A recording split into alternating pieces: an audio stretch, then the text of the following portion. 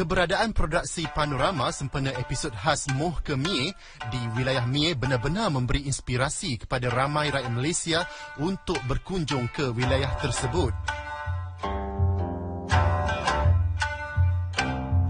Pasukan penerbitan panorama yang menginap di Hotel Toba Kawakian selama 3 hari ingin mengucapkan ribuan terima kasih kepada pengurusan hotel berkenaan kerana menaja penginapan kami yang begitu selesa.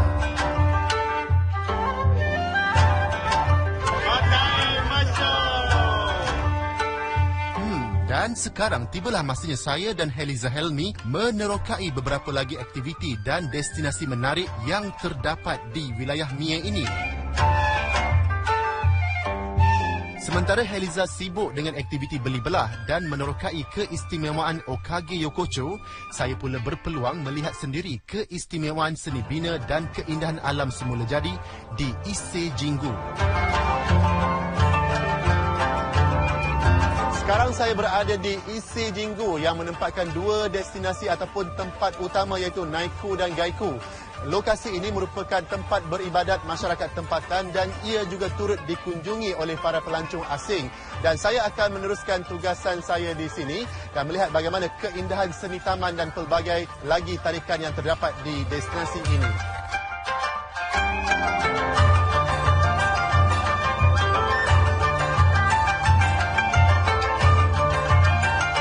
Keindahan Ise Jinggu terletak pada alam semula jadinya yang saling melengkapi, khususnya pelbagai jenis flora seperti pohon maple dan pokok yang dibonsaikan serta kewujudan aliran sungai yang mendamaikan sesiapa sahaja yang berkunjung ke lokasi ini. Tiada bayaran dikenakan untuk para pelancong memasuki kawasan ini.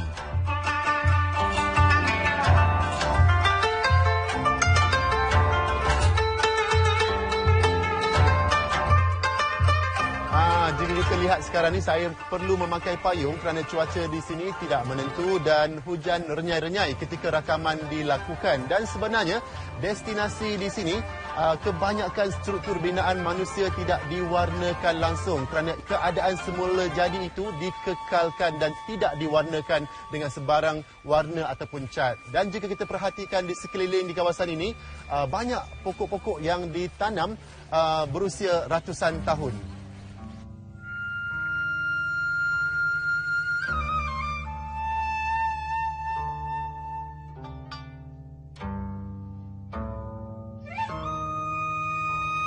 Sebagai penganut Shinto, penduduk tempatan mempunyai kepercayaan untuk membina kembali struktur bangunan untuk keperluan penganut Shinto setiap 20 tahun sekali.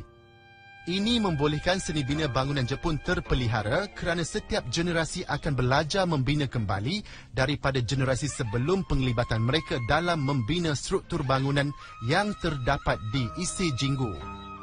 Seni bina struktur bangunan tersebut dikenali sebagai Shinmei Zukuri yang berasaskan konsep simplicity dan antik.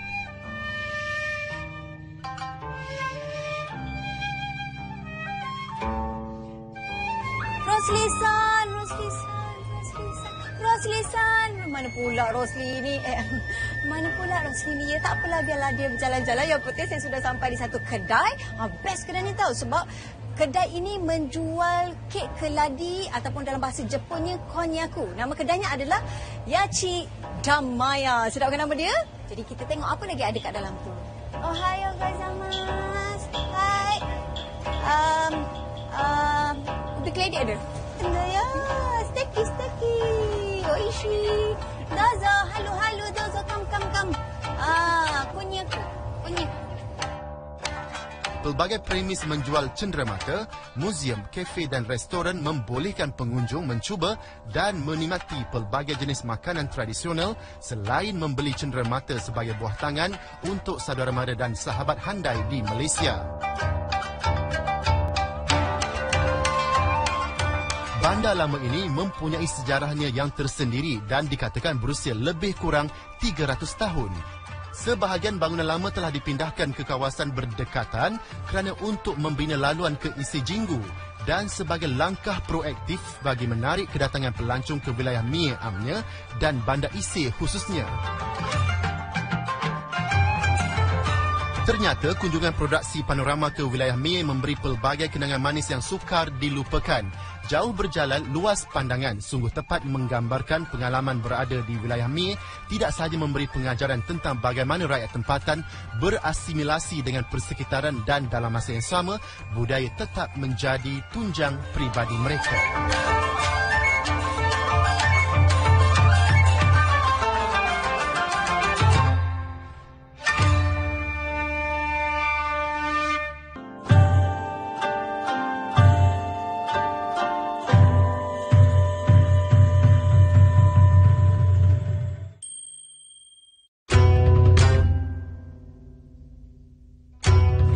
Kita juga ada Mitsui Outlet Park yang berhampiran dengan KLIA. Dan di Johor kita ada Johor Premium Outlet JPO. Dan di sini kita ada Just Dream Nagashima. Dan sudah semestinya anda boleh beli belah pelbagai barangan berjenama dengan harga dan diskaun yang amat berpatutan. Ya, kawan wanita memang suka membeli belah ni. Lelaki tak suka shopping. Tak juga. Tak. Saya pun nak beli baju seluar dan juga kasut baru. Nak beli juga. Okey, tak apalah kan macam tu. Jom sama-sama pergi shopping. Ya.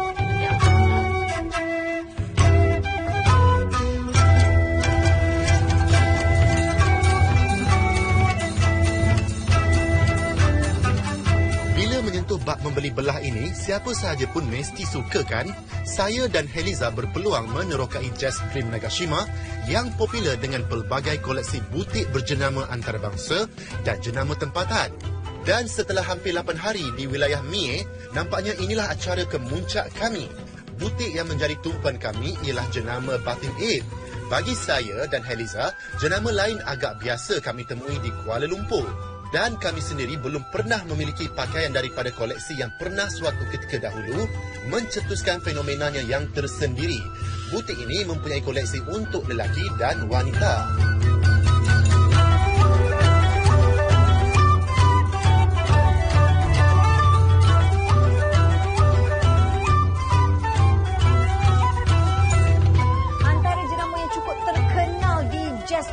Nagashima ini adalah Bathing Ape.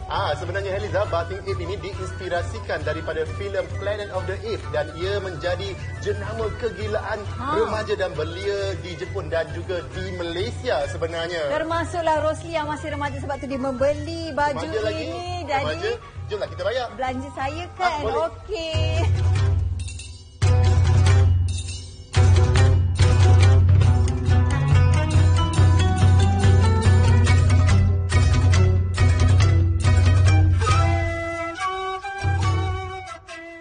Just Dream Nagashima juga menempatkan pelbagai kafe dan restoran dengan konsepnya yang tersendiri. Anda boleh memilih untuk membasahkan tekak dengan seleksi minuman dan makanan yang dijual seperti yang terdapat di kafe Tanaka ini.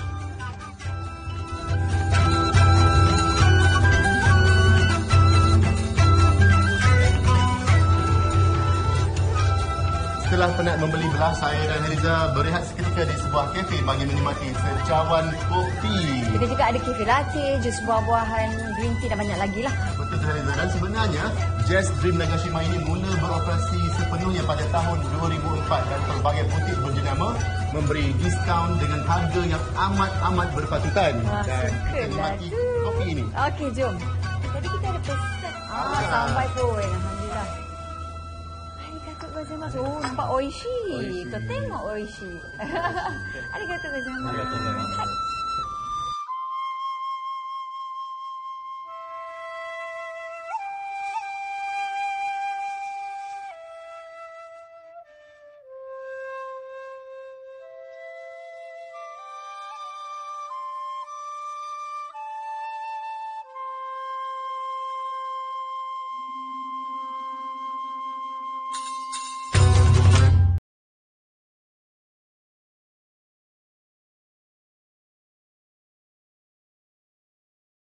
Ke wilayah Mie juga membolehkan produksi panorama menerokai keindahan satu lagi lokasi menarik di wilayah berkenaan.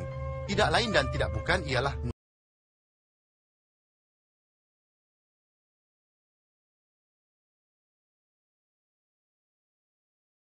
Betul. Nobana No 1 Park ini bertemankan dengan lampu-lampu yang cukup indah dan muzik yang cukup mendamaikan jiwa. Dan kita sekarang berada di dalam terowong yang berukuran 200 meter. Dan uniknya di Nobana No 1 Park ini, lampu-lampu ini hanya dinyalakan mengikut waktu matahari tenggelam. Dan sebenarnya Heliza, pengunjung pertama yang berada di lokasi kita berdiri ini akan diberikan keistimewaan untuk menyalakan lampu di keseluruhan Taman Nobana No 1 Park ini. Dan satu lagi fakta menarik, taman bercahaya ini telah terpilih sebagai taman beriluminasi terbaik 2 tahun berturut-turut, iaitu tahun 2013 dan 2014. Allah, Jumlah kita terokai pelbagai tarikan yang terdapat di taman ini. Nobana No 1 Park.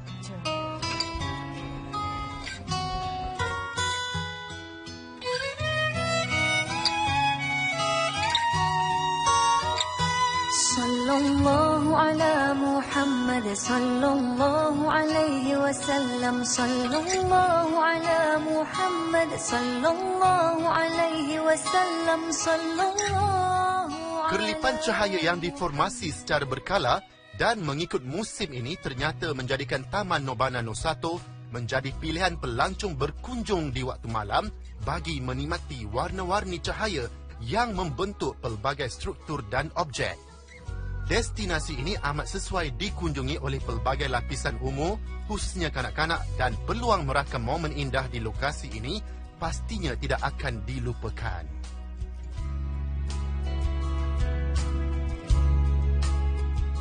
Tema cerita di lokasi utama di Taman Tema ini akan berubah mengikut tahun, dan tahun lalu mereka telah memaparkan cerita tentang Niagara Falls ataupun air terjun Niagara, dan tahun ini cerita mengenai seorang kanak-kanak perempuan yang bernama Heidi dipilih untuk dipersembahkan, dan sudah semestinya ribuan jenis lampu dan warna lampu melatari keseluruhan cerita kanak-kanak perempuan ini.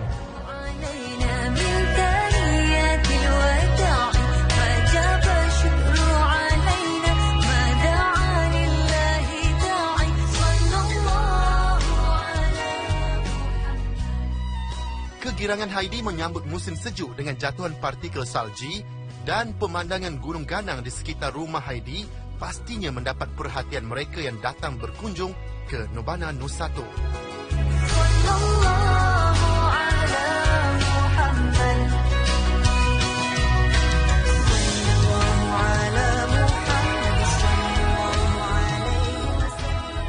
Di belakang saya ini satu lagi persembahan yang cukup cantik lagi berkenaan dengan pencahayaan lampu yang mengikut musim. Dan jangka masa pertunjukan persembahan ini antara bulan Oktober hinggalah ke bulan Mei. Dan orang Jepun ni Masya Allah sangat-sangat suka bunga tulip. Sebab itu kita akan dapat lihat banyak bunga tulip di Nobana No 1 Park ini. Ya Habib Allah, beruntungnya kami dirinduimu. Walau tidak pernah bersua, tidak pernah kau lupakan pada kami. Ya Rasulullah. Kemesraan pihak pengurusan taman ini yang berkongsi pelbagai resipi kejayaan taman ini yang menjadi titik tumpu pelancong saban tahun memberi inspirasi kepada saya dan Heliza untuk mewawarkan lokasi ini kepada ahli keluarga dan sahabat handai untuk mengunjunginya. Sebenarnya paling istimewa di Nobana No 1 ini ialah bagi pelancong beragama Islam, jika perut berkeroncong minta diisi, anda boleh menikmati pelbagai seleksi kebab halal yang dijual di taman ini.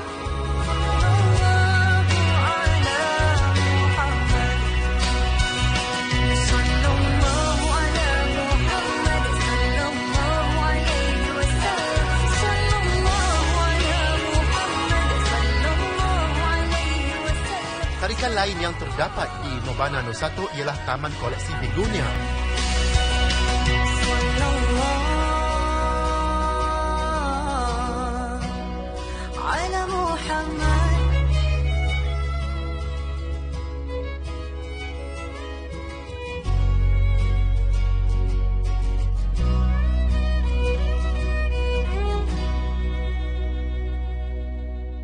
Subhanallah, cantiknya bunga-bunga ini.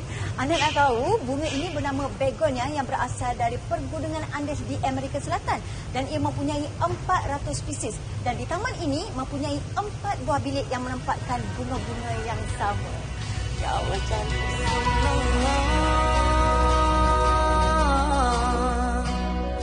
على محمد صلى الله عليه وسلم.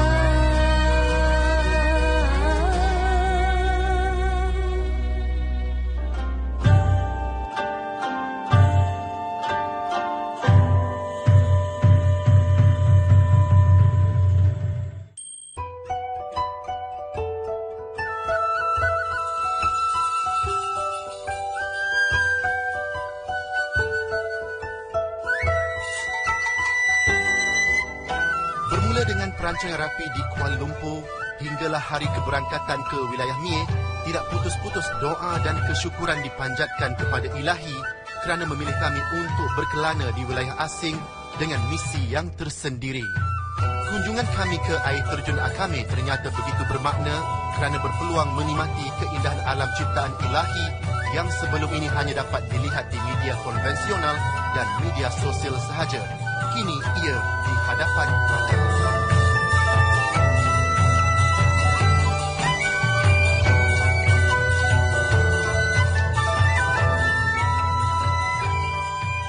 Begitu juga pengalaman bergelar seorang perisik yang pernah popular suatu ketika dahulu, tidak lain dan tidak bukan ninja yang berasal di wilayah Mie.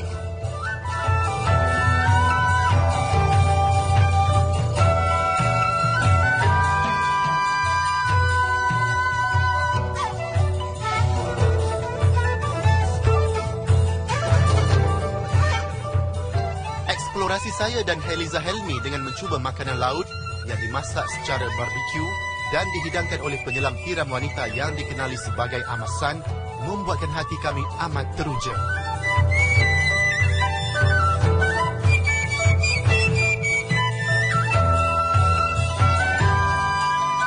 Dan begitu juga penerokaan gastronomi makanan Jepun di wilayah Mie dengan seleksi makanan laut segar pastinya terus melekat dalam minda saya dan Heliza. Tidak kurang juga kenangan manis kami berkunjung di Toba Aquarium.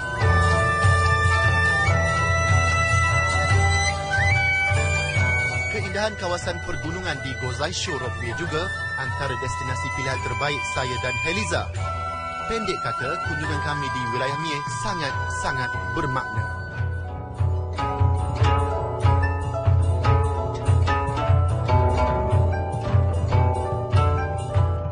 Setiap pertemuan pastinya ada perpisahan. Begitu sayu rasanya hati saya kerana akan meninggalkan bumi Mie. Setiap momen menarik di wilayah ini pastinya meninggalkan memori indah yang sukar untuk dilafazkan dengan kata-kata. Inilah juga yang diluahkan oleh rakan kembara saya yang juga merupakan artis jemputan program panorama bagi episod khas Moh ke Mie, iaitu Heliza Helmi. Akhir kata, terima kasih Daun Keladi kepada Brain Corporation khususnya Kuru Kawasan yang sudi menjemput kami ke wilayah Mie. Terima kasih tidak terhingga juga kepada koordinator kami Ikram San yang banyak bersabar dengan kerenah kami. Juru bahasa kami Baizura San yang banyak menjadi orang tengah kami untuk menjayakan penggambaran di setiap lokasi menarik di wilayah Mie.